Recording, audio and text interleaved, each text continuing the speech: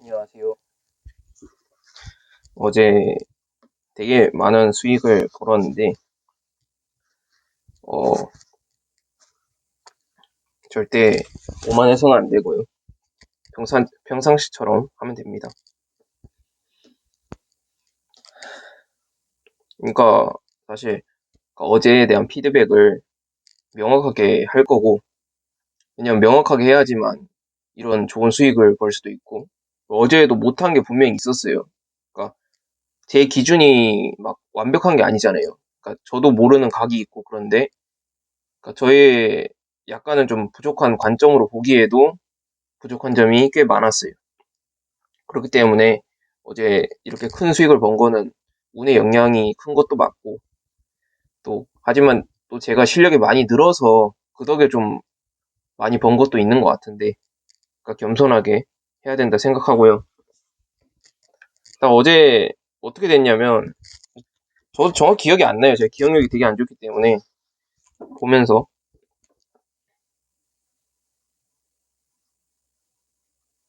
어제, 그러니까 롱숏 양방을 들어갔어요. 그게 딱히 막 본질적이거나 그런 건 아닌데, 어,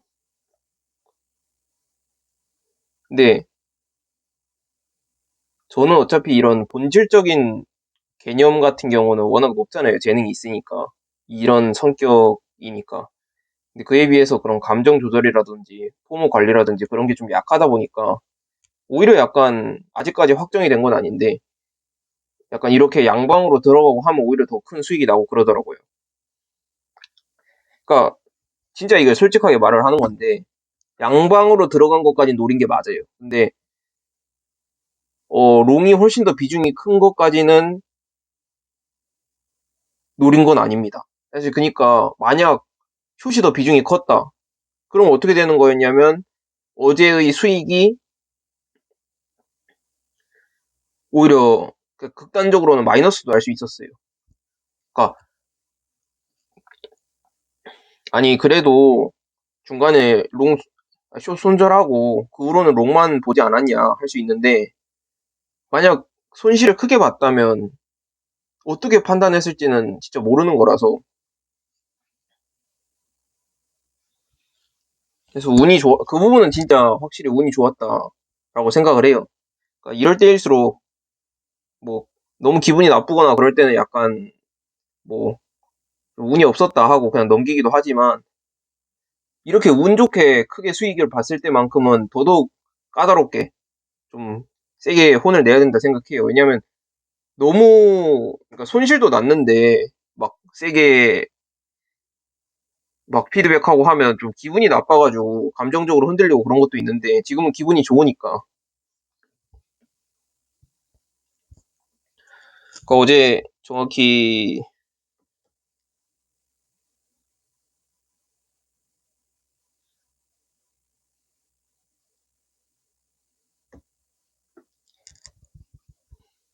뭐 둘 다 비슷한 시간대에 진입을 했어요. 그러니까 거의 그러니까 숏은 5시 40분에 진입했고요. 롱은 그리고 제 텔레에 어, 어제는 진짜 일지 많이 올렸거든요. 좀 참고하시면 도움 되셨을 것 같긴 합니다. 어제 만약 여기 있으셨으면.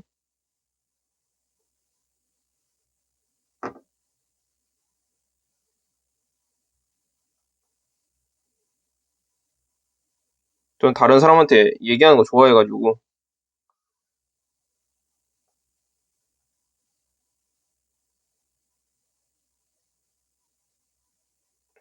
예, 롱은 5시에 진입을 했는데, 그러니까 진짜 이게 거의 의미 없는 위치예요. 5시나 5시 40분이나 그 수요일 오후 5시니까. 그러니까 여기나 5시 45분이나 물론 살짝은 차이 나지만 이만큼 상승을 했는데 뭐가 의미가 있겠습니까? 그러니까 의미가 없는 거의 똑같은 구간이라 보면 되고 그러니까 이도롱은 왜 들어갔냐? 어,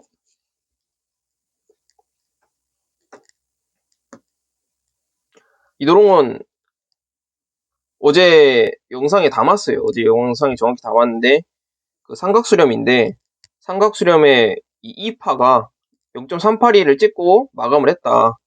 근데 그렇기 때문에 우리는 두 가지 관점을 볼 수가 있어요. 0.382가 그저 우연히 통한 거고 추가 하락이 될 가능성이 있고 아니면 0.38이 찍으면서 삼각수렴이 완성이 됐다 본질적으로는. 근데 어쨌거나 이런 거적인 개념으로도 삼각수렴은 수렴이 일어났기 때문에 어느 위쪽이든 아래쪽이든 발산이 일어날 수밖에 없어요. 근데 아래쪽으로 발산이 일어날 가능성이 0%가 된 거잖아요. 그러면 둘 중에 하나예요. 좀 더 수렴하거나 위로 발산하거나 둘 중에 하나인데 아래쪽으로 발산한 확률이 0%이기 때문에 좀 더 수렴하더라도 결과론적으로는 결국 위로 갈 수밖에 없다. 만약 0.382로 완성이 완벽하게 됐다면. 그러니까 제가 생각해야 되는 관점은 딱 두 가지인 거죠. 0.382가 정말로 완성이 되었는가? 아, 한 가지밖에 없구나. 완성이 되었는가? 그거를 봐야 되겠죠. 근데 그 관점에서 어제 어땠냐면 제가 얘기를 했어요. 여기서부터 나왔는데 이 상황이었단 말이야. 아,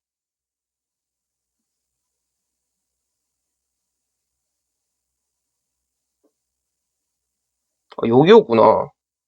여기네요. 여기가 아니라. 예. 어제 수요일이었죠. 그러니까 여기서 봤을 때 이미 일단 조정파는 추진파랑 1대1이 돼서는 안 되겠죠. 그 가격 변동량이. 근데 거의 1대1이야.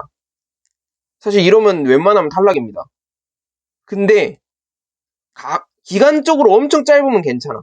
기간적으로 엄청 짧아서 이렇게 되고 이렇게 이렇게 되고 이렇게 이렇게 되고 이렇게 약간 이런 식으로 되면 괜찮은데 보면 물론 주말이 껴있으면 20시간을 더 해야 된다라고 해요.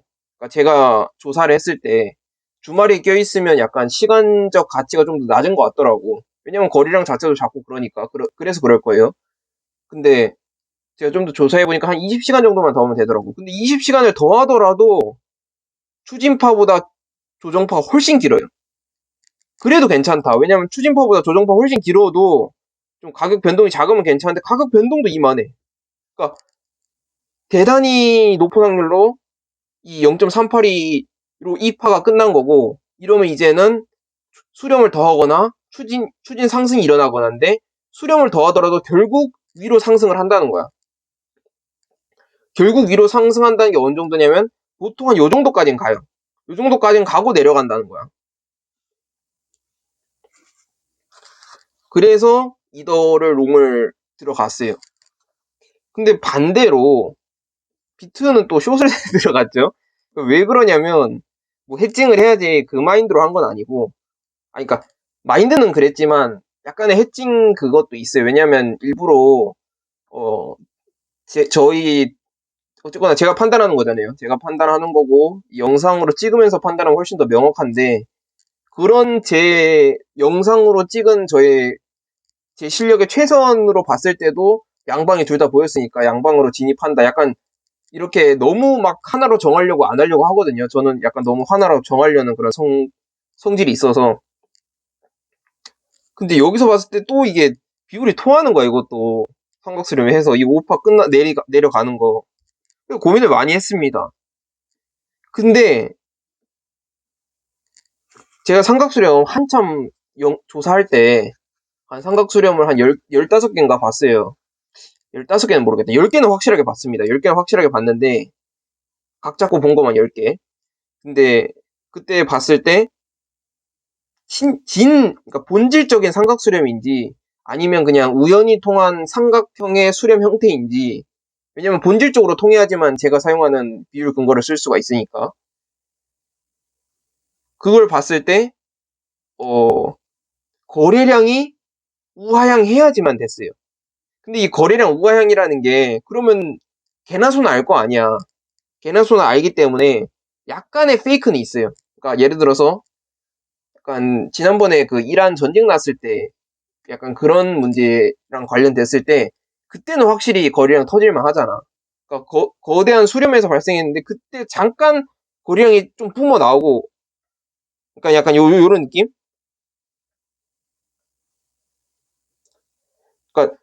어떤 분은 얘기를 하셨어요, 저한테. 아니, 이거 거래량 여기 넘어섰는데, 이거보다. 그럼 삼각수렴이 아니다. 했는데, 어, 세상이 그렇게 호락호락하지 않습니다. 그러니까, 이 차트라는 게 단순히 차트를, 규칙성을 맞추는 것도 있겠지만, 어쨌거나 여기서 이 투자에서는 누군가 경쟁을 하는 거기 때문에, 약간의 페이크는 있거든요. 그러니까, 여기는 잠깐 크게 삐져나왔지만, 그 이후로는 평상시보다 더 거래량이 작았어요. 그러니까 평균적으로 보기에는 이게 우하향이었던 거야. 그러니까 그런 특수한 이슈가 있었을 때는 약간은 이렇게 페이크가 있는 것 같은데 딱히 특수한 이슈가 없었거든요. 근데 어제 여기 보시면 거래량이 여기를 깼어요. 근데 이건 한 번 정도는 괜찮지 않을까? 이 정도는 평균으로는 거래량이 더 작지 않을까 하고 롱을 들어갔다가 나락을 갔습니다. 그래서 뭐 대략적으로 얘기하면 여기서 한뭐 마이너스 80달러? 근데 아까 이더에서 지금 벌써 한 700달러 수익이기 때문에 대략적으로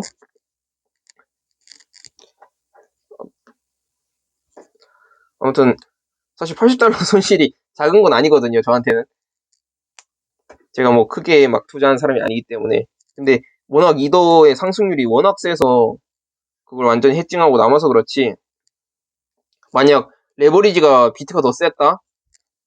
좀 끔찍하다. 근데 그것도 좀 반영이 무의식적으로는 되긴 했을 거예요. 약간 거래량이 좀 넘쳤으니까 평상시보다 가치 신뢰도가 좀 더 낮다고 봐서 세게 안 들어간 건 있었을 텐데 그래도 이걸 의식적으로 조절할 수 있는 경지가 돼야 된다 생각을 합니다. 그래서 어, 다시 한번 상기하게 됐어요. 삼각수렴은 이런 뭐 전쟁 이슈와 같은 특수한 이슈가 아니라면 거래량이 당연히 우하향을 해야 되고 우하향을 하지 않는 삼각수렴 같은 경우는 본질적인 비율이 통하지 않을 확률이 높으니까 조심을 해야 되겠다.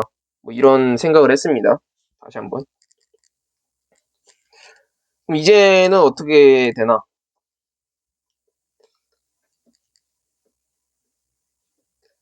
사실 이미 텔레그램 그 메시지에 제 의견을 담긴 했어요. 제 의견을 간단히 적었는데 아까 1시에?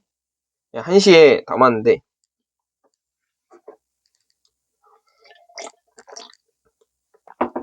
그 그러면 이 382 비트 2파 382 마감 부분이 여기가 1파의 시작일 거 아닙니까? 그 관점에서 봤을 때 요렇게 했을 때 여기가 0.236짜리인 거야. 여기 말고 여기가 여기도 어차피 조정파 일부였기 때문에 왜냐면 이 추진파의 그 내에 있던 아주 작은 그런 조정파들 요런 거 요거랑 크기가 아예 다르거든요.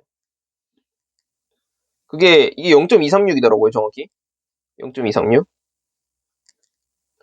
그러니까 추진파와 이웃된 조정파 추진파의 다음 조정파 간의 가격 비율이 통하는 경우 통해야지만 일반 추진파 즉 임펄스예요.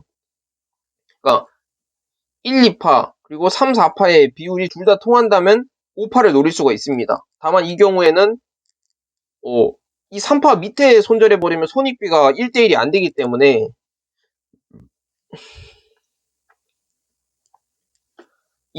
여기 끝을 보고 손절을 해야 되고 그리고 손절이 너무 잦게 되지 않도록 어느 정도 추세가 무너지면 내려놓을 줄 알아야 되고요. 그래서 그걸 기반으로 지금 현재 원래 이더 20% 진입 중이었는데 그러니까 어떻게 익절했는지도 정확히 기억은 안 나는데 2070, 2055거든요. 2070.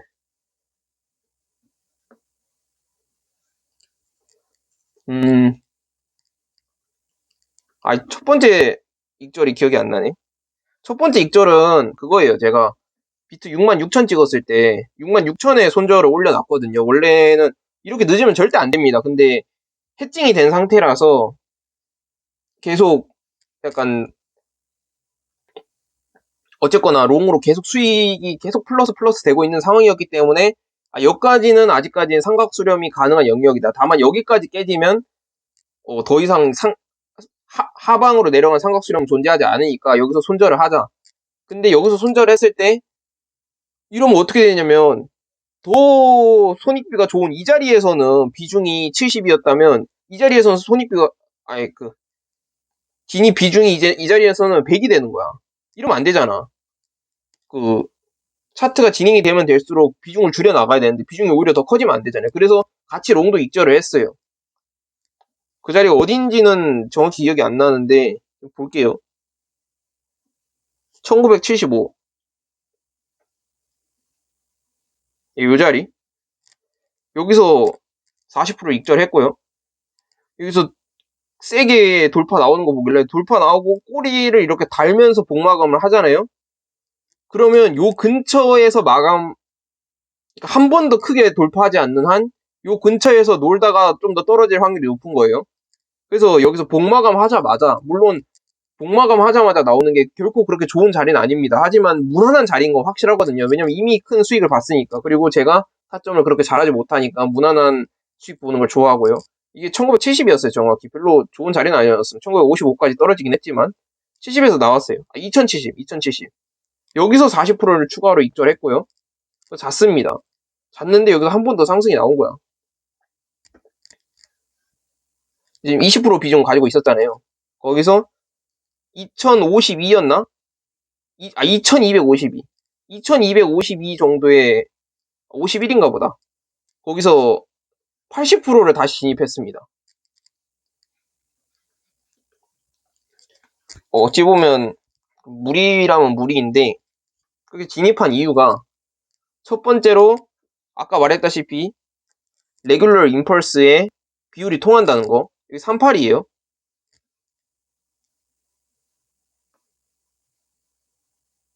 이게 38입니다. 이 정도면 38, 딱 이 정도까지 38이에요. 이거는 이런 페이크 약간의 삐져나옴을 수십 번이 뭐야.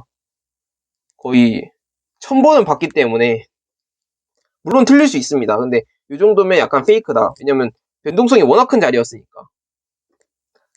그리고 두 번째로 약간 여기가 약간 웨지 형태잖아요. 근데 여기가 2파와 4파의 비율이 정확히 1대 0.5로 통해요. 이러면 1파와 5파도 비율이 통한다. 그러니까 만약 이렇게 나올 수도 있는 거야. 극단적으로 운이 좋다면 1파만큼 5파가 나올 수도 있다는 거야. 그럼 뭐 그냥 천국 가는 거지. 이걸 희망하긴 합니다만 너무 이걸 바래선 절대 안 되고요. 기본적인 개념으로는 1파의 고점을 살짝 넘기고 나서 뚝 떨어지는 그림. 요런 그림이 흔하죠. 페이크죠. 유동성 사냥. 특히나 원래는 이 1파를 3파가 넘겨야 되는데 원래 넘깁니다. 왜냐면 추진파잖아. 조정파고 추진파기 때문에 3파가 의미가 없어지는 거라고. 3파라는 파동의 추진파의 그 목적을 미달성하는 거잖아. 1파를 넘지 못하면. 근데 못 넘었죠. 이거는 아마 아까 말했다시피 아까도 3파리가 정확히 안 통했잖아요. 사실 이게 좀 더 작은데 약간 약간 변동성이 워낙 크다 보니까 좀 넘치지 않았을까. 그럼 더더욱 이게 오히려 돌파할 가능성이 더 높은 거야. 왜냐면 누군가는 이런 데서나 이런 데서 숏을 잡았단 말이에요. 여기 손절 걸고. 근데 씨 날아간다 하다가 다행이다 하고 그냥 버틴 분들도 계셔. 저도 그랬던 적이 있으니까. 그렇기 때문에 더더욱 여기 유동성 사냥 털고 갈 만한 자리긴 합니다. 알람을 해야 되겠네요. 그럼 와 한참 아래 붙어 있음. 정보점의 알람.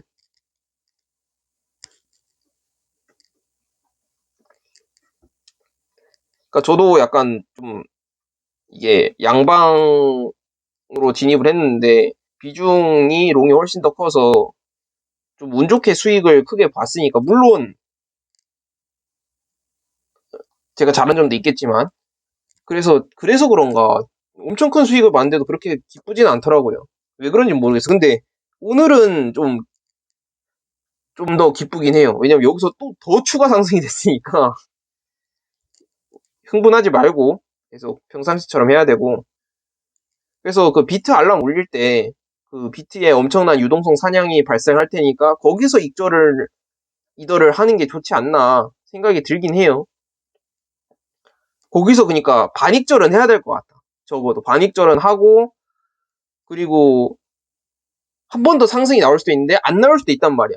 그냥 이미 이게 그냥 236, 382처럼 보이는 페이크였고, 이미 사실 1, 2, 3, 4, 5가 완성이 됐고, 그 페이크로 나를 엿먹이고 하방으로 빠지는 그림도 충분히 가능하단 말이야.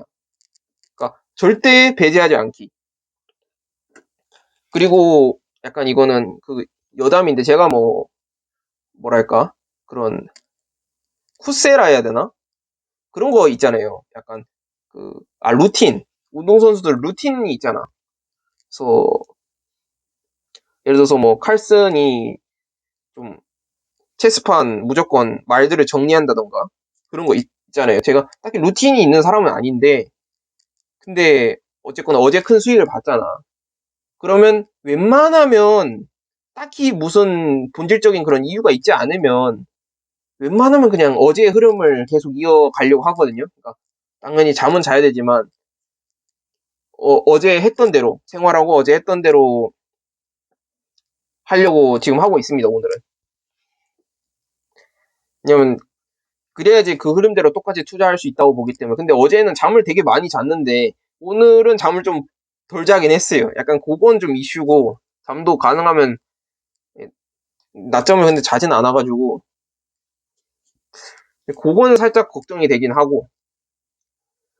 예. 그리고 제가 막 뭐라 했잖아요. 아니 왜 이렇게 투자 못했냐 하고 뭐라 했는데, 잘한 점도 분명히 있습니다. 잘한 점은 뭐 여러 가지 많은데,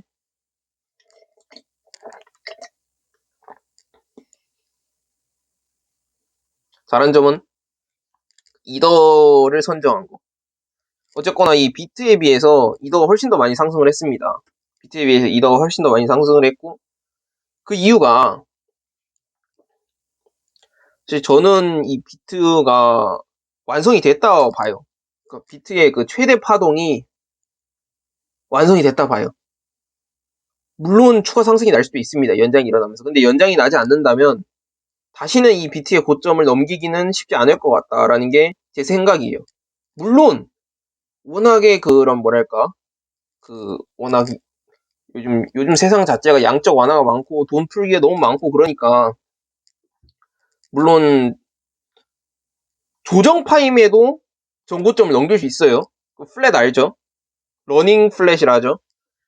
근데 그 어쨌거나 그 비트의 그런 강력한 상승, 그 8억 퍼센트인가 1억 퍼센트인가 올랐잖아요. 그 상승은 끝났다고 봐요.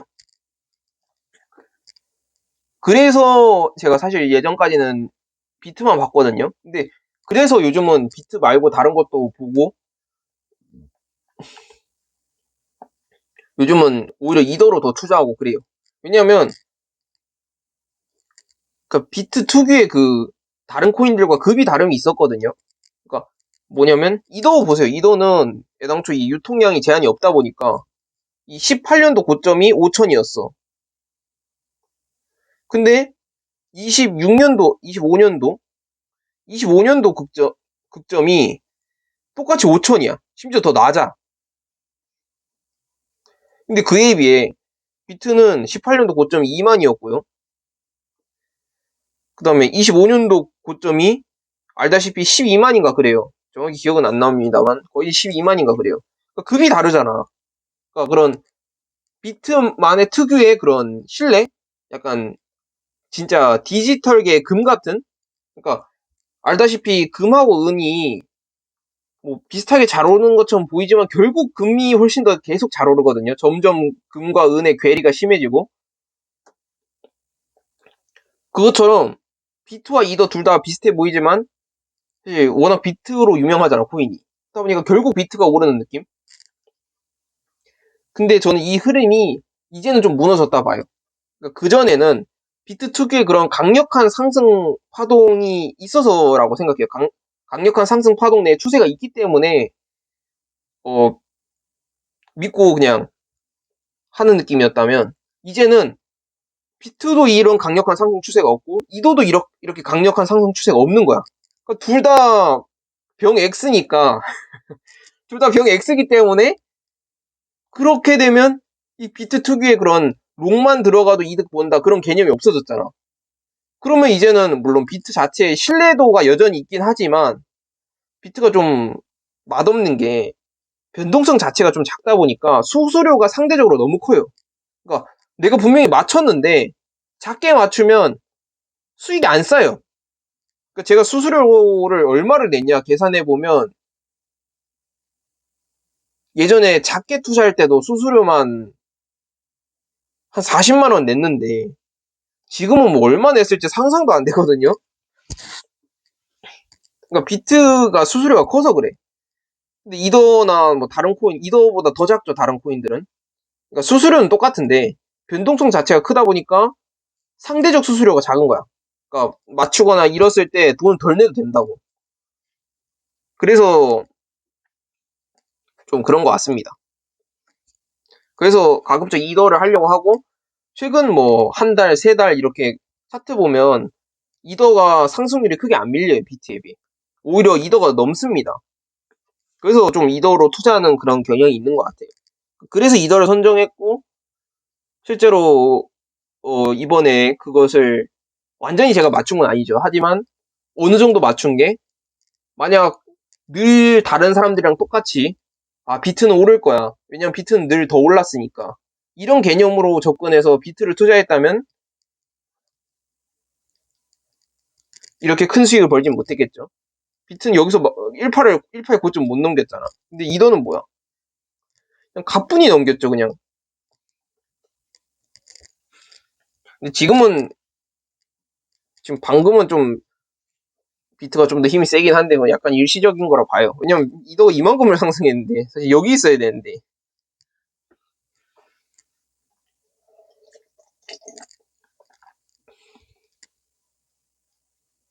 그 다음에 리플레이 매매 약간 좀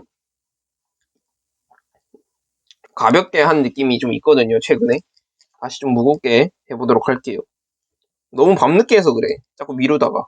리플레이 매매가 워낙 빡센 거다 보니까 각 잡고 하는 게 아니면 좀 미루게 되거든요. 다시 열심히 하겠습니다. 또 연습만이 또 살 길이기 때문에. 좀 삼각수렴을 또 잘 본 것도 제가 잘한 거고, 이더를. 비트는 잘못 봤긴 했지만. 너무 무리하지 말고 약간 눈앞에 수익이 아른거리면 안 되거든요, 절대. 자, 안 되면 그냥 본절 치고 나온다. 이 마인드로 열심히 임해 보겠습니다. 다만 본절 칠 땐 본절 치더라도 맞추는가 틀리는가는 확인을 해야 된다. 그냥 쫄아서 도망 나오는 거는 시장의 사냥감이에요. 시장의 사냥꾼이 돼야지 사냥감이 되면 안 되기 때문에 일단 30분이나 떠들어가 지금 목이 좀 아프거든요. 일단 여기까지 마감하도록 하겠습니다. 감사합니다.